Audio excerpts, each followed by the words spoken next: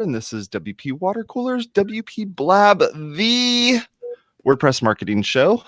Go take a look at our show notes. Just so you know, we do put show notes out on our website over at WPwatercooler.com/WPblab. So feel free to go take a look at that. I want to tell you something real fast here, just preemptively. I just want to jump in here and let you know that this show's not just a podcast if you're listening to it as a podcast. It's not just a video if you're just listening to it as video. It's both of them, and you can subscribe to us if you go to our website at WPwatercooler.com/subscribe. That's where you can learn how to subscribe to this content. So today's topic, we're going to be discussing UX is more than just a trendy design movement. It's marketing. I didn't know it was marketing, so I'm going to learn something today. But I don't know a whole lot about marketing anyhow, and I'm really good at faking it. So yeah, Bridget always does that. She goes, what do you mean you don't know about marketing? So I think a lot of folks feel that they either do or don't know much about marketing, and you have a lot of people that are designers or developers that just... And that's kind of where I'm at. So I'm really excited about this episode. So I know it's a bit of a different format, but I just want to let you know that this is going to be a cool show. So Bridget, tell us a little bit about yourself. Hey, y'all. I'm a self-taught marketer, and I use my intuition, which is normally right. So... Look at her. Why is it right? Because what are you paying attention to? Because I pay attention to human behavior. I mean, I started saying it, and then I was like, wow, Bridget.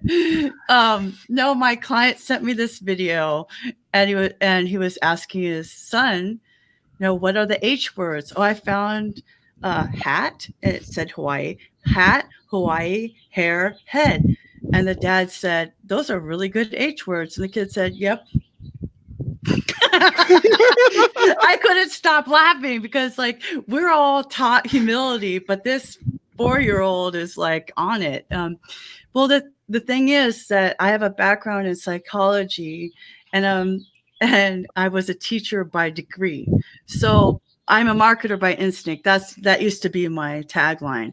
So what I do is I'm in there. I'm doing the boots on the ground, and I test things and I see what works. And so the intuition is what kind of forms my strategy, because a lot of people have been coming to me lately saying, can you do keyword research? And I send them elsewhere. I'm not a technical SEO person. I write from intuition, which is normally right. And as that little kid said, yep. So where do people find you, Bridget?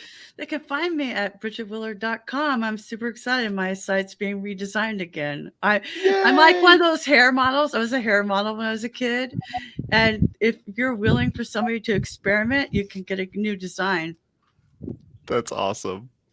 I'm Jason Tucker. You can find me over at Jason Tucker on Twitter. My website is jasontucker.blog. I do this show as well as another show called WP Watercooler, which is also the name of the network. And today we're going to be talking, we're literally going to be doing a tour tip of the week that is the entire episode. So it's going to be kind of fun. We get a little bit of a crossover episode. It's only been 100 and whatever episodes, but yeah, it'll be super fun. Before we introduce our guest, I do want to introduce our sponsor, and I want to let you know you can go over to ServerPress, makers of desktop server. They make local WordPress development easy. If you haven't built a website locally, or you are scared to go and build a website and not know how to do it with a web host, you may want to download ServerPress. You can actually download it and install it and use it for free for 3 websites. And then after that, you've built the website, looks super pretty and everything's working good. Now you can go and get web hosting and pay for them. And then you could use their other tool that they have, which is called WP Site Sync, to take that content and send it up to the website, and everything's done. And it's really awesome. So you can go learn more about that over at serverpress.com. So Michelle, tell us a little about yourself. Hello. So I'm kind of the opposite of Bridget. I deliberately and classically trained marketing professional, although my background is also in psychology. And I've often said that the best marketers I'm in trouble. come from psychology, because we're naturally and intuitively paying attention to human behavior. And ultimately, that's what marketing is trying to figure out how to get the right message in front of the right audience. So I've been doing marketing for A long time. I'm one of the weird people. I got my first degree in advertising and psychology. I went straight into marketing, and then I got another degree in design research. I got a master's in design research and focused in market research as well, innovative studies. And then I got an MBA specializing in strategic market development. So over the years, I've educated myself formally in marketing, and also by way of fire. I've kind of referred to myself as like the MacGyver of marketing. Nice. I never wanted to do it the way that all of my when I graduated, all my cohorts like went into these agencies and they sat in their cubicles and they entered into whatever silo that they're going to be an email marketer, they're going to be an SEO marketer. And I was like, I want to be I want to be a CMO. So I need to know how to do all of it. And so my first job was for a medical clinic, and they did physical therapy and workers' comp and family medicine. So they had all these different moving parts, and I worked for $10 an hour. So I could be their marketing department and come in and build a marketing department. And everyone was making way more money than me at these much larger companies. But the experiences that I got by being able to take the whole soup to nuts all by myself was extraordinary to me. And that was worth more than how much I was making.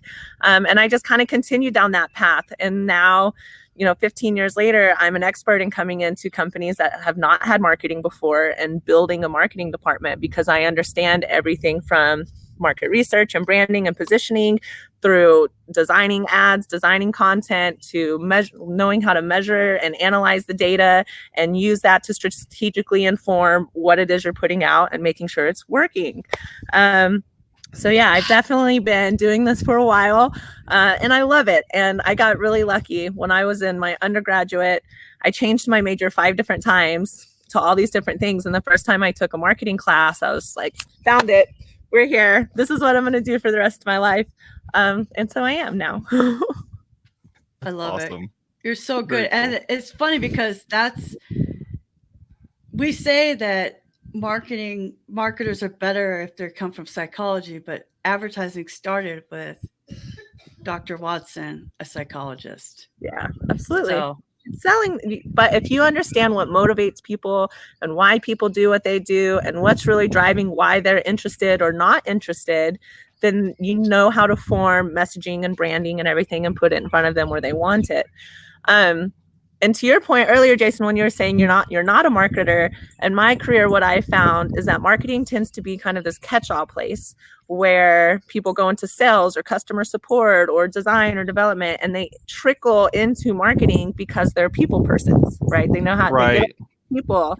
And the more companies I work with and more people I consult with, what I realize is there are a lot of people that are doing marketing every single day, but they don't know that's what they're doing. They don't call it that. They use a different language, but you're doing marketing.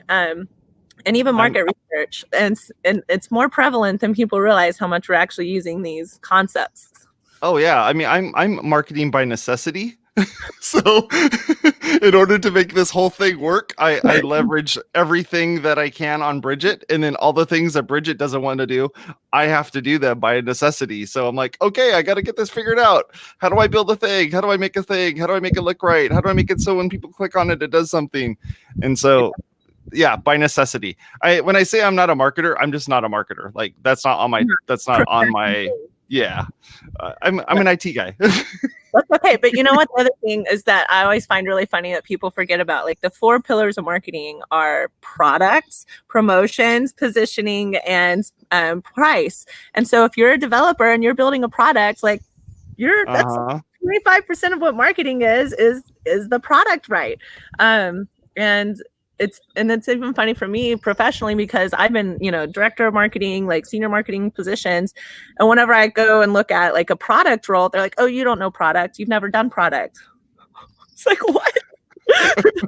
You know what product is? Because if you did, then you'll know that it's actually very relevant to marketing. So Yeah, it's like when you write something on your resume and you write that you know how to use Microsoft Word, and then they go, he knows Microsoft Word, and then they try to hire you as somebody who uses Microsoft Word. I'm like, Microsoft Word is like a tool in this toolbox, and is literally the smallest tool in the toolbox, and that's it, So yeah. That's so funny, Jason. I'll never forget being at Robert Staff's recruiting. Oh yeah. For back when I was doing accounts receivable and collections, and they were like, "You said you had advanced Excel skills," because I had taken these classes. The company bought a package of classes, and we all went to these dumb classes. Okay. Yeah. And I go, "Well, yeah, I took this class." And he goes, "But can you do a pivot table?" I go, "Do I have to do it right now?" Heck yeah, and I'll VLOOKUP while I'm doing it. I mean, I don't know. We don't use pivot tables. We have a proprietary accounting system made in Fox Pro or whatever. And he goes, "But if you can't do it right now, you're not advanced." I go, "Fine, put it on intermediate."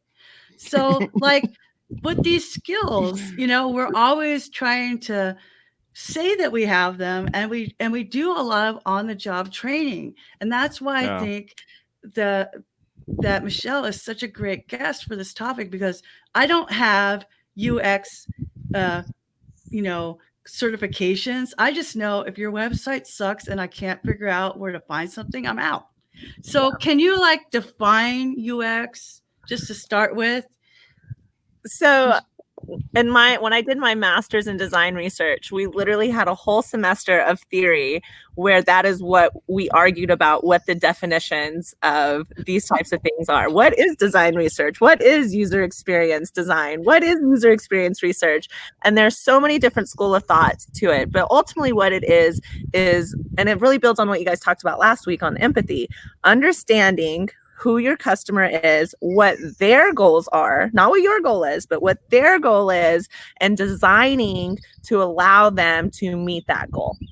And so if their goal is to buy your product, then you want to design a product transaction process that allows them to do that easily without having for them to have to go outside of their natural intuitive way of wanting to do something, which is why it's so fundamentally linked with research. And people think that they can do UX without doing research, then you're designing in a bubble, and you don't know if it's actually going to be what they want, what your user wants, or what we ourselves as a business owner, as a marketer, as a designer thinks that they should want because of how we think about things. So really the most simplified definition I can think of is understanding a user and building and designing for them to be able to meet their goals. It's definitely not a textbook definition. That's my experience of what the most simplified definition is. So. And UX is both same and different between physical objects versus the website versus a mobile app versus there are either buttons or inputs or any of those kind of pieces, but they are a bit different. So how do you show that to someone who has no idea, what you're building when you're trying to get through to end result? So I show them by storytelling and by just making really simple metaphors and analogies so people to understand things. So back in the 80s, before UX was a thing, it was called product design. And that was it. You had to understand what the product was. And so it's come with all these different names. And that's why UX has been some trendy thing that all of a sudden all these executives are like, oh, we need UX teams. But they don't know what department to put them under. Do they put them with development? Do they put them with marketing and sales? Do they put them with design? They don't have the infrastructure because they don't intrinsically understand what the goal of a UX department or UX staffer is. And it's changing. Finally, people in the last, probably 3 years, especially, people are finally starting to understand how to think about it. But it's just through, these types of conversations and making people realize that it's actually very, very simple.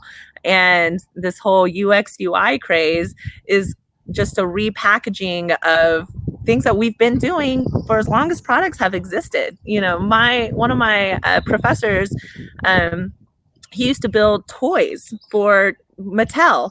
And so they would, you know, mock it up and kind of put something together and then let the kids come in and play with it, see what broke, what they liked, what they played with, what they didn't play with, and then go back in and fix the product. That was UX. That was design. That was design thinking before any of those buzzwords called it that.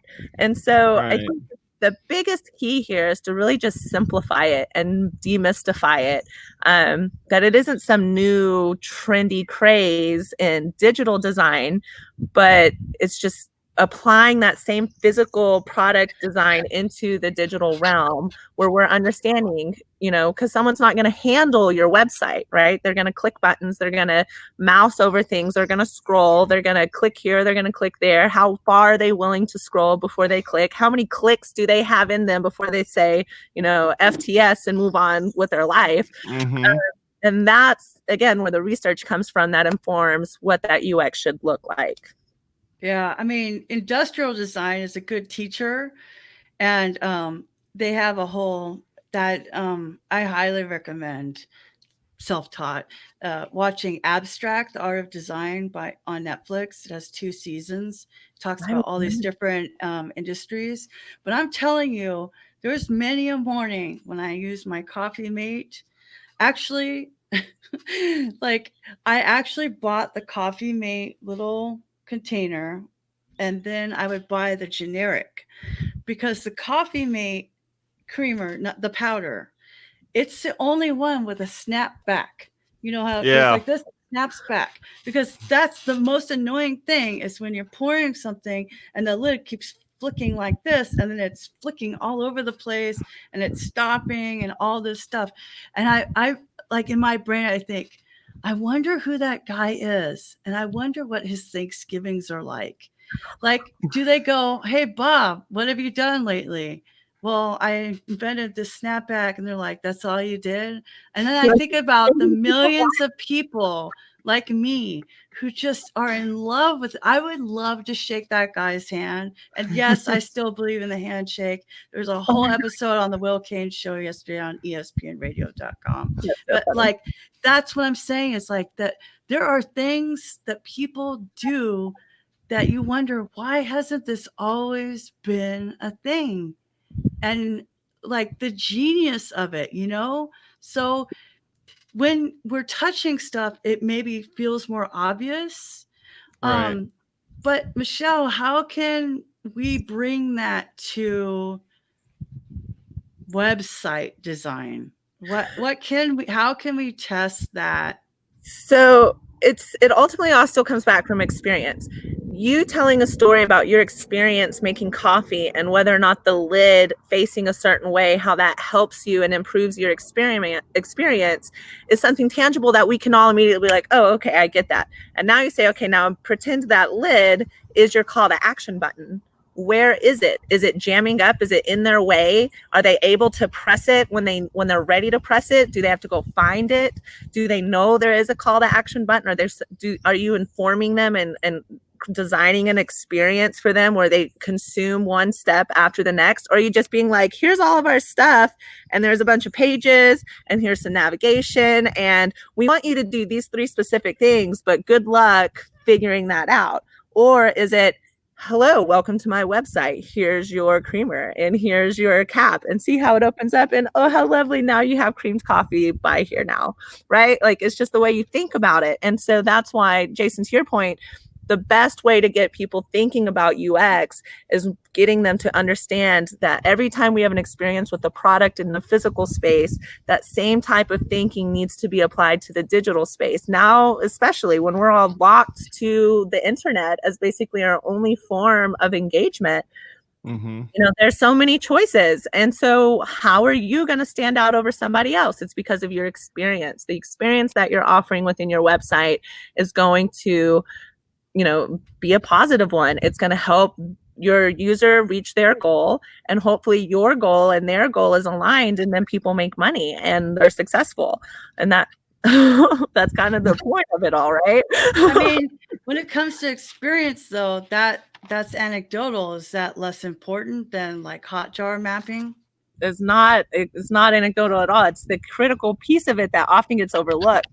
And Hotjar mapping is a really great tool because it allows you to kind of take a bird's eye view of the experience of what they're having. You can see the heat maps, and if we had 100 people on our website, the majority of them, hang out on this part of the website. So we need to make sure our most critical information and call to actions are there. And no one's over on this side of the website. How can we make it more valuable? Or do we just need to trim it? Is it that important at all? But what I really like for Hotjar, and it's time consuming, is whenever you actually sit and watch the live recordings, because you can see Oh yeah. how, are they So frustrating. It's so frustrating, but it's really informative. And if you want to take that even a further step, get 5 people on a call like that, on a Zoom call or a video call or whatever, and record it and just say, go to the website and give them little prompts, navigate to this product, and then don't say anything else. Don't help them, and see how they navigate to that product. Ask them, were you able to find it quickly? What did you like about that? Did you not like that? Okay, now navigate to last week's blog, and just kind of watch them, and then you get to see it for yourself and tell them directly what they're doing. Because when you're watching a Hotjar recording, they're doing whatever they were doing anyway, so it leaves so much space for assuming of what they're trying to accomplish. Versus doing a live usability test, you can have that immediate feedback and understand what they're doing. But then also, if you do 5, 10, 15 people do the same usability test, and you've given them all the exact same prompts, now you have quantitative data that you can compare. It's really amazing. But it's probably less expensive too. It's way less expensive. Are you recording just their screen, or are you recording their face? Just their screen. Oh, okay. Because I'd be like, because my face would be like, and my voice would be like, where the fuck is that? So that is qualitative data, right? Because that's your perception of it, and you're assigning meaning to it. Versus, and that's the big difference between qualitative and quantitative data. The quantitative data has its meaning innately in what it is. Qualitative data, you're assigning that meaning to it. And they're both really useful. And it's really hard to, some people are, really good at quantitative and they can't think outside of the box of numbers. And other people are very qualitative, and you ask them to build a pivot table and a spreadsheet, and they're like, please don't make me. Let's just draw something with sticky notes instead, right? But, like at WordCamps and stuff, whenever I meet these plugin developers, and they got this really great idea, and they built this plugin because it solves this very specific problem that they had. So surely other people have this problem. And so they've built this plugin, and now they want everyone to use the plugin. But the thing is you built it based on how you would solve your problem. Even though we all want that same problem solved, that doesn't necessarily mean we would all go about it the same way. So while your plugin might seem very intuitive, to somebody else it might not. It might be a little clunky, and you're blind to that because to you it just makes perfect sense. And so I would really strongly encourage usability testing for those types of things. And the other really great thing about usability, sorry, I'll stop with my word vomit. No. I mean, you're reminding me of when I first started being on the show with Jason and writing about plugins back in 2015.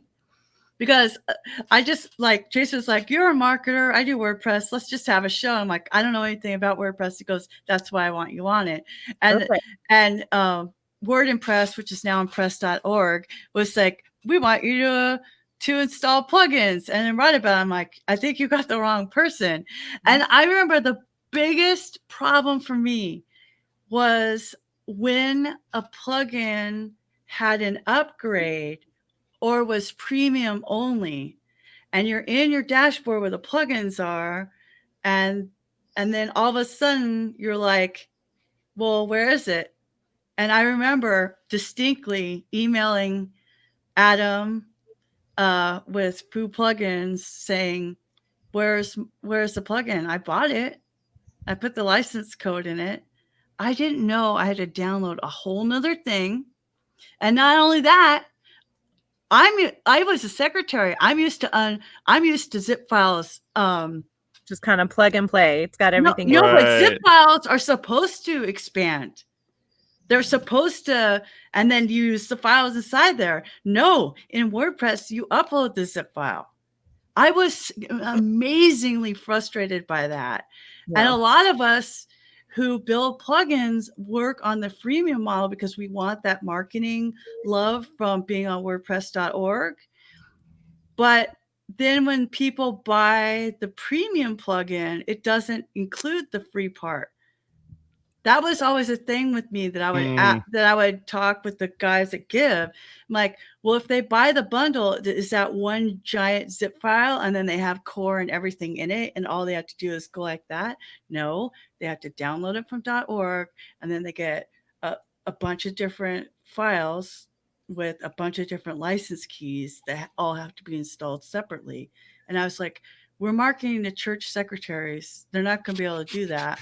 Well, and that leads it, and that's a really good thing too, that I was, understanding who your audience is. If you're following a freemium model and you're in the .org, you have to understand that the people who are consuming your product, you oftentimes will not have the same skill set that you do to do these things. Again, why usability testing is important. You don't have to, if we wanted to run a usability test, we don't have to get other technical, or I need a marketer, you don't have to go get your grandma, get your cousin, get people who have absolutely no idea or have no technical proficiency, and let them do your usability tests. It costs nothing.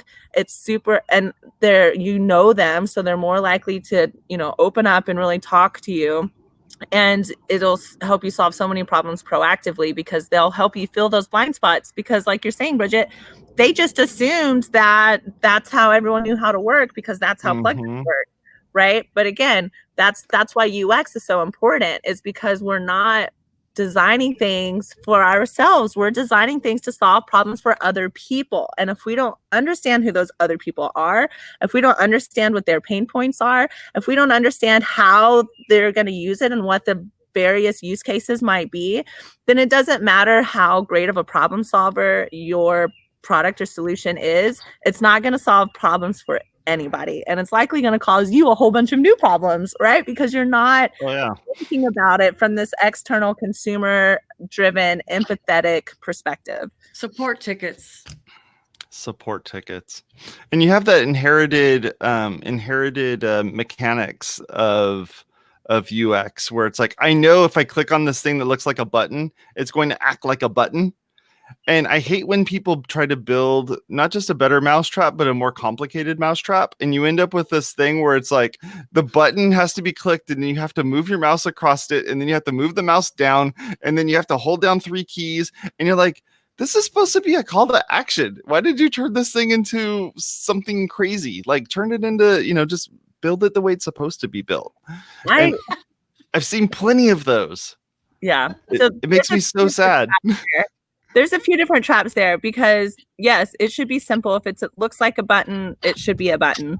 But what happens is people start to over design, right? Because now anyone's going to click a button, and we don't want 200 clicks if only one person or two persons going to actually follow through. So maybe if we make the transaction process a little bit more complicated, then only the people that go through it are people who are really interested in what we're offering. So they have a higher propensity to buy. And so by adding these extra steps, we're filtering out all the people we don't want. But again, that's based on assumptions that your user is willing to go through the extra steps. And so, or if it's a terrible way to qualify a lead. Yeah. Frustrate the customer. It's almost like if they had a CAPTCHA and the CAPTCHA said, what kind of roof is this? It's a BUR, damn it. You can't answer this question. We don't want you as our customer anyway. How is WordPress spelt? Is it all lowercase? Is it all uppercase? Or do we camel case it? I was at a WordCamp in Phoenix, and they had like this trivia game, and one of the questions was like, which is correct? And it was WordPress spelled in like all the different ways. And it was like only like less than 50%. I think I remember it being like 46% of people got it right. And I'm like, you guys, what the heck is wrong here? This is like a brand champion community advocacy space, and we don't know how to do it right here. If we can't get it right here, what makes you think you're going to get it right outside of this community? It was just like in my mind. But yeah, so people, I think assumptions are the number one, culprit when it comes to bad UX. And the way you beat assumptions is through research. And research doesn't have to be this big, scary thing. Most of us are doing research every day. If your observations are research, asking questions are research. Surveys are super simple to put together. Most of the time, there's a way to do it right, to get the right, because sometimes people fall into a trap. They're like, I want to learn about this. So I build a survey and I get all these answers, but I didn't learn this. I learned these other things. It's like, oh, well, did your answers lead to this? Or, so there's still some thought to go into surveys, but it's not, people think, especially in small businesses and startups and solopreneurs, that market research is this luxury division of business development that they don't get until they grow to that larger enterprise level. And it just couldn't be farther from the truth. You're not ever going to get to that large or enterprise level if you're not doing research at the front end of it. Can I tell you about something that I would have loved? Yes. Perfect. So this is what I would have loved. I told Bridget I'm going to build an ad. So here's an ad about an ad. So if you're in this space and you're wanting to attract customers and be able to tell people about the products and services that you're doing, your ad could have been down here. And all you have to do is go to our website over at WPwatercooler.com/sponsor. And when I say it down here, it's at the bottom of the screen if you're watching this video. But if you're listening to this video, I do something even more than that. I actually make the entire ad show up on the screen if you're listening to us as a podcast. And there's a little button that you can click on and everything to get you to the spot to be able to do it. We also include this stuff in our show notes. So if you go to our website or WPwatercooler.com, you could have scrolled down and looked at the show notes for each of the shows that we have, and you'd be able to see that there's actually a button there that you can click on, or a link that you can click on for the ad. So we do these types of ads just to fund us and to fund the project that we're doing here, but also it helps it so that your products and services get put out into the wild here, and people are able to look at it and see it, and we talk about our experiences with it. So if you have a product like that you want to have us advertise, we'd be more than happy to advertise it for you. And our rates are great, and feel free to go take a look at all the information that you want to kind of figure out if this is something for you over at WPwatercooler.com/sponsor. Hashtag missed opportunity. Right. Like we have all these solopreneurs and entrepreneurs. If you are the product and you just put yourself out there, you be your own brand and promote yourself. That's something that I never understood, why more people don't buy advertising dollars to be like, check me out, I exist. This is a good time to do it too. Especially now when all these WordCamps, like the WordCamps are being canceled. So people could have spent $5,000 on a booth. Right. Or how many ad spots could you get that will actually... There's so many podcasts, WordPress podcasts that you can get out. So many. I mean, the Matt Report had his podcast thing out, and before I even could retweet it, he already had them filled up. Like, it's a really good way to be to elevate your brand awareness. And speaking of market research, Michelle, this is why I love Twitter so much, because everybody tells you what they think, and they're constantly, and when the support people don't respond fast enough, they all go to Twitter. And so, they're having trouble with this and they're having trouble with that. And they don't like this and they don't like that. They tell you everything about themselves. Like, Twitter is those little kids playing with the toys. If you listen, you know everything about these people. You know who is bummed that Bernie Sanders dropped out and who is happy that Bernie Sanders dropped out of the race, and who is wearing a mask, and who changed their profile picture, and who has a kid with a chronic illness. We know everything. We know when your dog dies. We know when you have bad dreams. I started tweeting out my bad dreams. Like in this episode, today I just did, in this episode of Bridget's Crazy Dreams or whatever, like but like that could be an opportunity too, because if you hear that customer saying blah, blah, blah, blah, blah, blah, blah, wouldn't that be a good person to reach out to, Michelle, to invite for that Zoom call? Absolutely.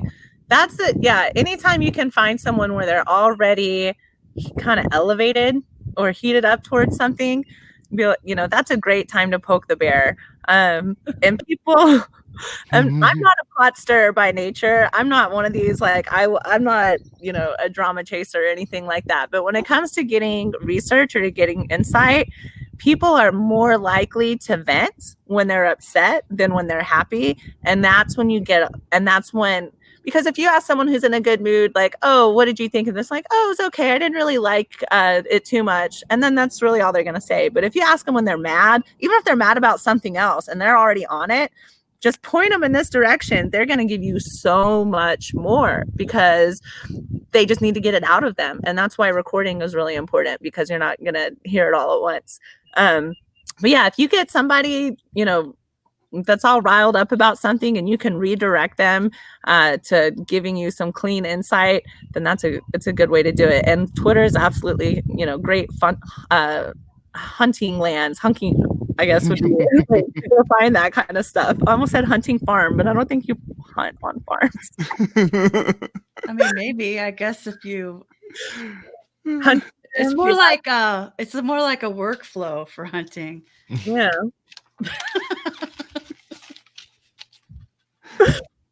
But so yeah. Could we talk a little bit about UX in email?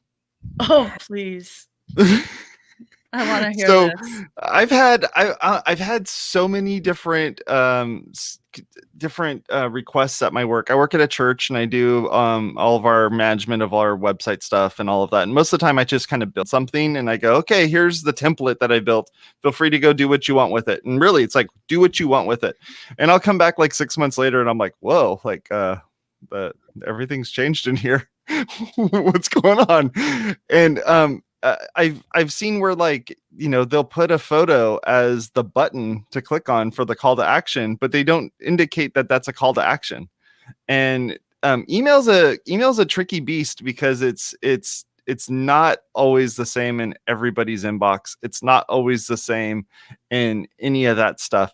What type of UX stuff have you discussed regarding email to your clients? And what are some of the basic things that people should be looking at?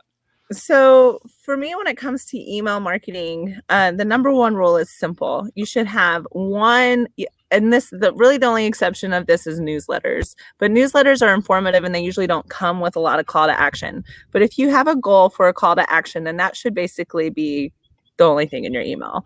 You don't want to story tell and then have a call to action and then, oh, by the way, do this too. And hey, can't you tweet us out? And if you haven't liked our page yet, do that too. Because they're only going to choose one thing. And so the more call to actions and the more different themes or modules or whatever you stack up inside of an email, you're actively diluting your conversion rate of getting any of that done. And so simple is best. Buttons need to be the call to action on the button. You can get cute with, if you don't want to just say click here to learn more, I get it. We don't want to say it. We get tired of the same thing over and over and over again, especially as designers.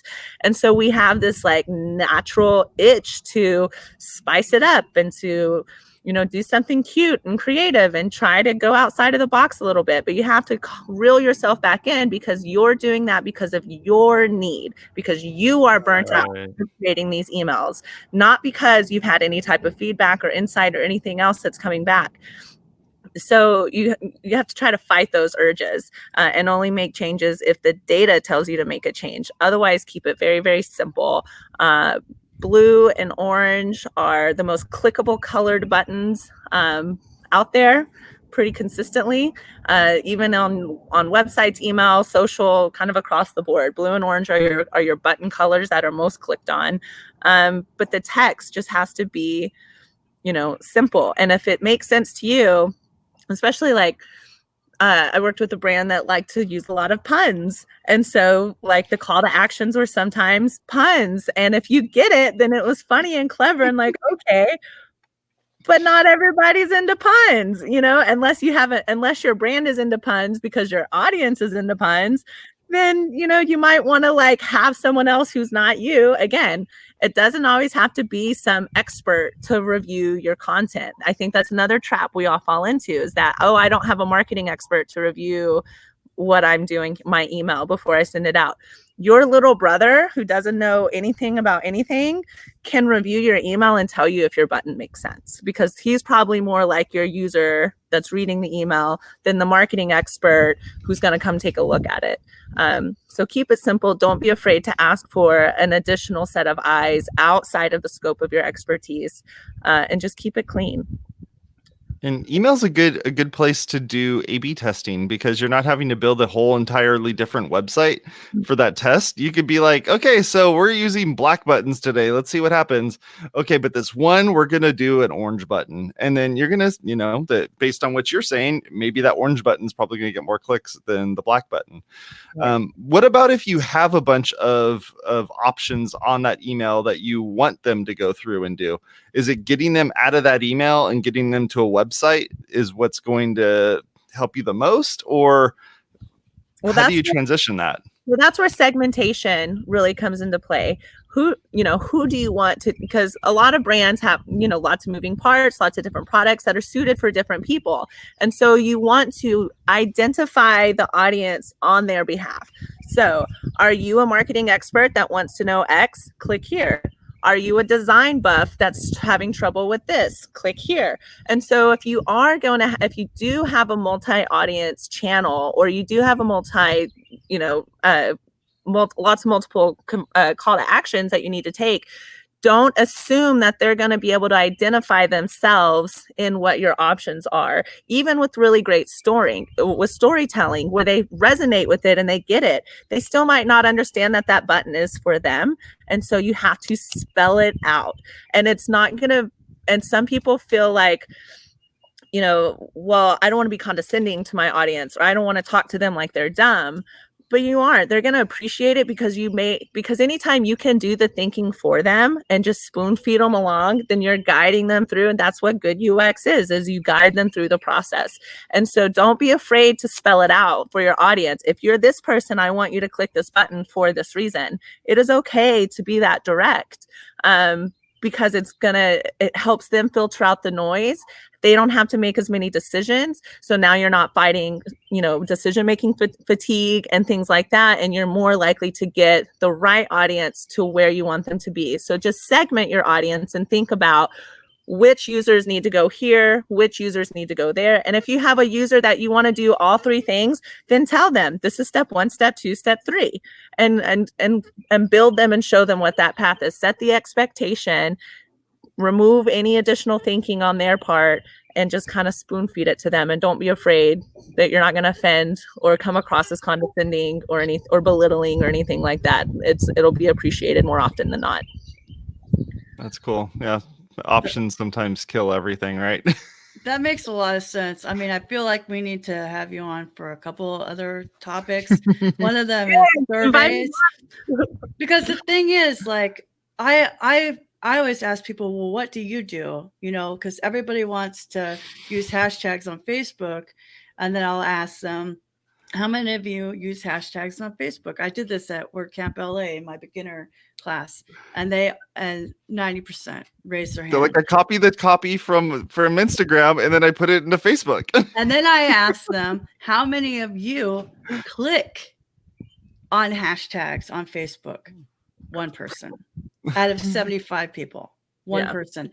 So the thing is that that empathy of trying to put yourself into those shoes is really important. And to me, a lot of times I will fill out surveys because I'm a marketer and I get that person, But if it keeps going on and on and on, I'm out. I go, I don't have time for this crap. Yeah, I liked your product. I'm out. Like I just, I just can't deal with this right now. It's too much. But you're right, Michelle. When it's easy, then it's so much. The whole process is completely different because you're just like, I want to help you, and you kind of gave me that hospitality to make it easy for me to help you instead of 1 to 10 on 20 things per page and 5 pages is that. Yeah. Help me help you.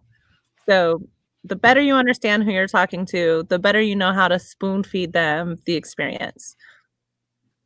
Wow. Yeah, that was an amazing. Wow. Definitely going to have you on again, but now is tool or tip of the week. This week's tool or tip of the week is brought to you by Fat Dog Creatives. If you're a service-based business serious about growth, Rhonda Nygaard is your rebranding and web design thinker, a strategic design specialist. Check out her website at fatdogcreatives.com. So my tool or tip of the week is this book. The link's in the chat. Jason's called Meditations of John Muir, Nature's Temple. I got it when I was at the Sequoia National Forest back in October, and I was like, oh, it's $12 and it's like, I don't know, less than 150 pages. That's always good for me. As somebody who's constantly writing marketing copy, it gets a little overwhelming to only be reading marketing copy. I'm on the internet reading marketing copy, to tweet out to other people, to read marketing copy. And I feel like I'm trapped in an infomercial. So like, I'll give you an example. They're very short. I like to read this one a day while I'm eating my oatmeal or Greek yogurt or something. But his writing is so ridiculous. Like, okay, read this for yourself, but don't ever put this on a website. This is not the way you write for the internet. The water owls in his rocky home amid foaming waters. How romantic and beautiful is the life of this brave little singer on the wild mountain streams, building his round, bossy nest of moss by the side of a rapid or fall, where it is sprinkled and kept fresh and green by the spray. No wonder he sings well, since the air about him is music. Every breath he draws is part of a song, and he gets his first music lessons before he's born.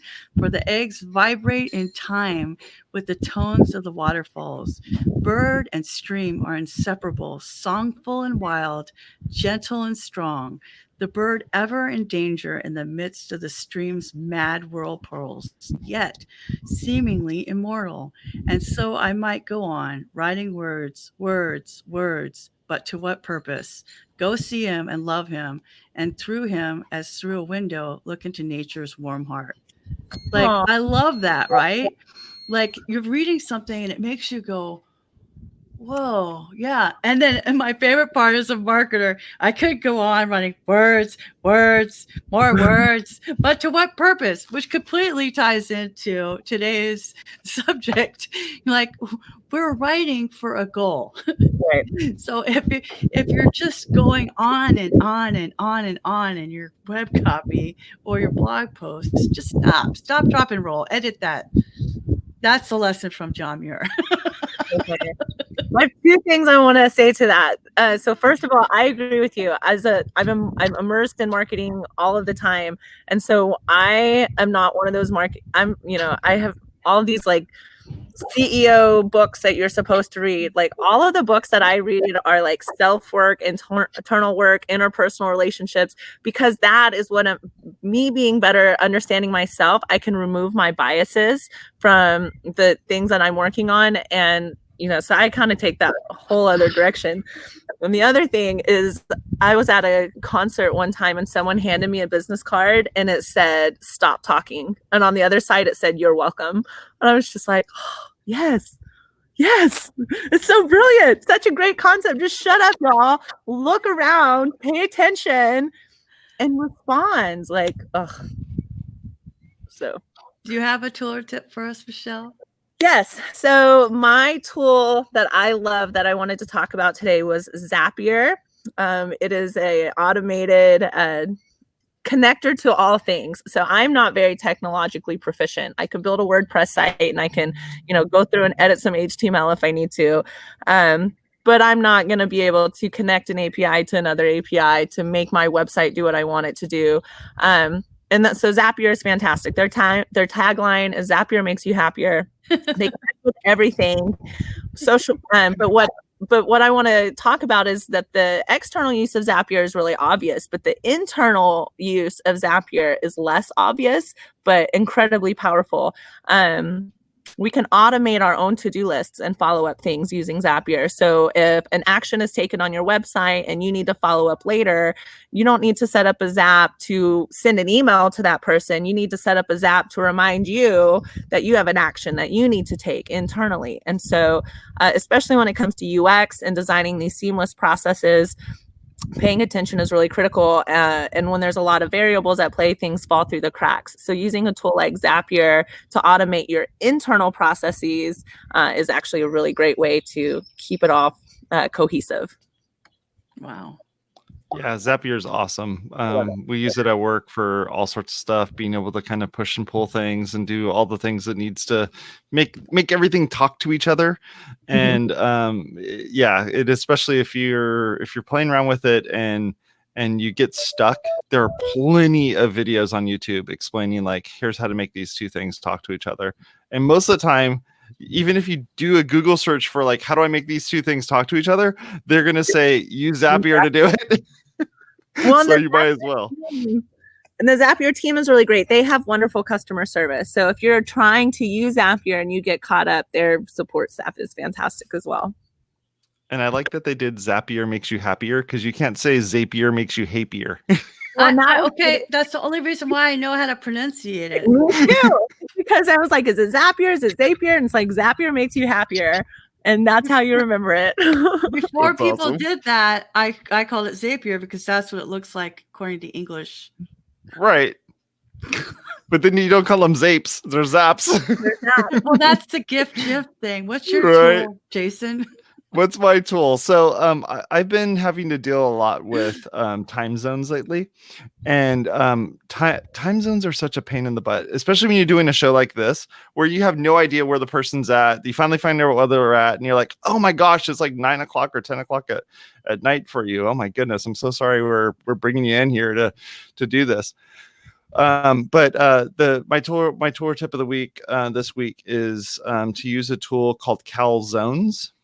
And it's not a really great pizza type product. It's not.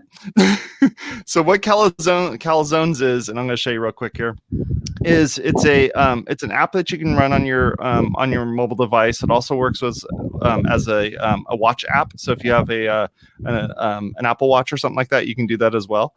And what it does is it will show you what your local time is, which is at the very top. So mine says it's 9:54, and then it shows you all the other time zones that you care about. So you can go and add in additional time zones if you want. Go in here and say, I want to configure my time zones, put on all the time zones that you interact with. And then when you're done, you go out here and you can see what those times are for that particular time. What I like about it is I can quickly figure out. I have a son who's in the Marine Corps, and so I need him to be able to, get a hold of me and me be able to get a hold of him. And I don't want to hit him up at the wrong time. And so it's like the easiest way to do it is to just go load this up real quick and go, oh, it's 2 a.m. He's not even going to be awake. Maybe he's doing Firewatch. Maybe he will be awake. All right. Well, let's see. So, that's a great tool to kind of use to do that. So if you're looking for something that's going to help you out with doing that type of thing, you can do it using that. If you wanted to schedule a particular meeting or something, if you tap on one of those, you can actually go and fill out all the meeting information, and then it'll make sure that you're going to be awake and those people are going to be awake, and then kind of work it out from there. Very so cool. Calzones, it's $5 in the App Store, and it's made by some really great people that have used or that have built other really sweet apps. If you've ever used Pedometer++, or Sleep Plus Plus or Workouts Plus Plus. There's a bunch of plus pluses that he does. There's his coding style and the way that he builds his interfaces and stuff are really nice. So yeah, go take a look at that. That's Calzones. I wonder how much user research he does in developing which products and how to get such great intuitive platforms.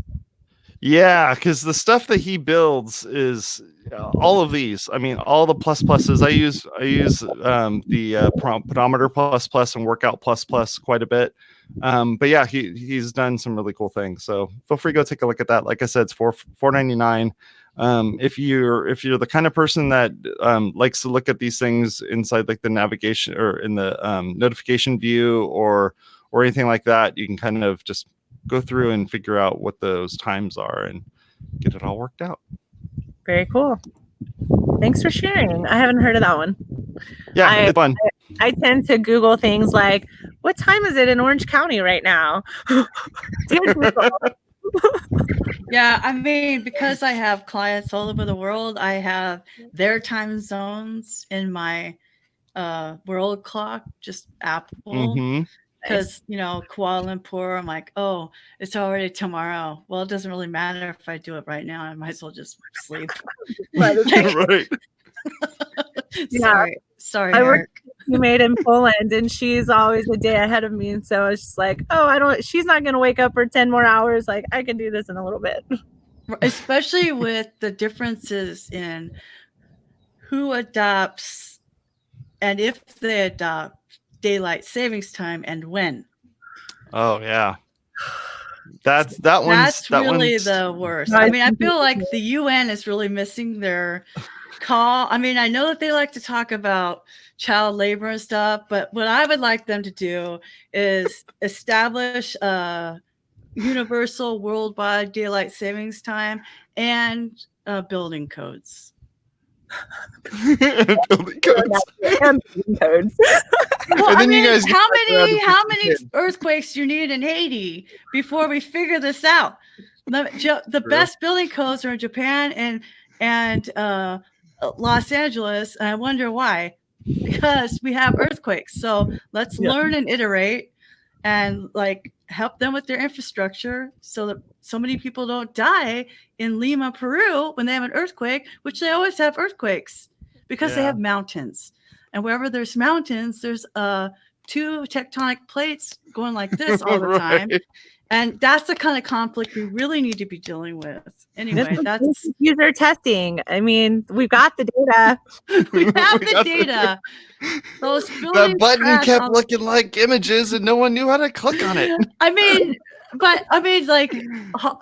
The Netherlands did an amazing job with their technology to be below sea level. We need to take that and then apply it to the Mississippi Delta. So clearly the lock system doesn't work there. So as well. So let's learn from the Dutch. Bridget wants to start another podcast. I mean, to me, I think that it's easier to deal with practical things than emotional things.